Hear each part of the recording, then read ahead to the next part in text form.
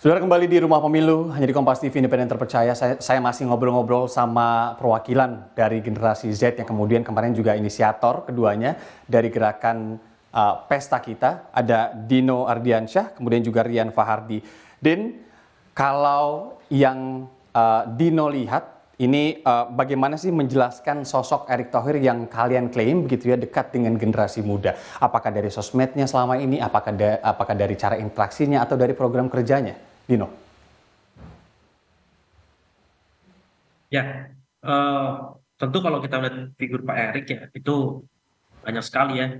Pertama kita tahu beliau punya mental dan nyali yang sangat luar biasa. Ini figur yang sangat jujur, ya kan, bersih, bahkan berani memberantas korupsi ya.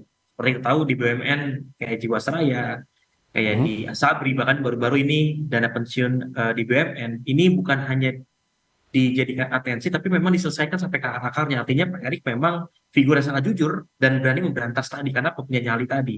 Lalu kedua, beliau sangat trust anak muda. Hari ini pesta kita kemarin sudah memulai pestanya karena pertemuan dengan Pak Erik dan kita sampaikan anak-anak muda punya jumlah demografi yang sangat besar, punya isu-isu yang sangat penting dan suara yang sangat berarti. Karena semua itu kita butuh jembatan Mhm. wadah figur yang tepat.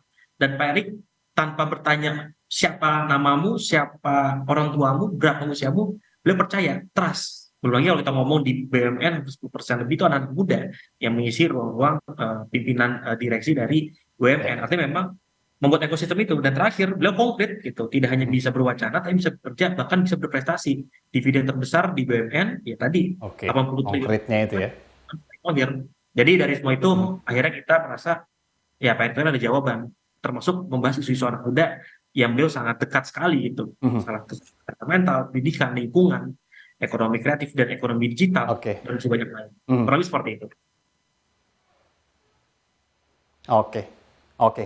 Rian, terakhir, singkat saja mungkin bisa disebutkan kepada kami dan juga pemirsa Kompas TV kemarin ketika pesta kita, apa keluhan-keluhan politik yang disampaikan anak-anak muda kepada kemudian calon pemimpin nantinya, mungkin ET salah satunya, kemudian juga apa harapan terbesar anak-anak muda yang kalian kemarin sempat tampung begitu?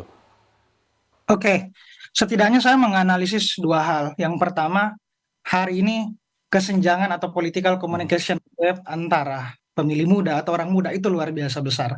Artinya, kita ingin mencari sosok yang benar-benar mengawal isu-isu anak muda. Saya tahu yang berhak memperjuangkan nasib kita ya orang-orang muda.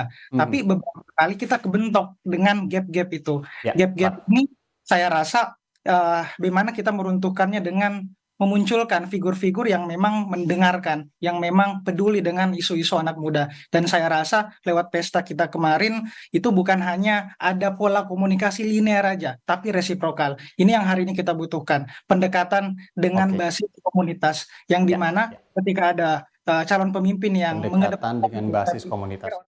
memilih itu. Mhm. Ya, ya, ya. Terima kasih. Terima kasih banyak Rian Fahardi, kemudian juga Dino Ardiansyah, perwakilan generasi Z yang kemarin juga sudah secara konkret menginisiasi acara pesta kita dan juga kemudian secara konkret bersuara. Tentu kami harapkan generasi-generasi muda ini terus bersuara dan menitipkan harapan mereka kepada calon pemimpin sosok yang mereka pilih. Terima kasih sekali lagi teman-teman, sampai jumpa di lain kesempatan.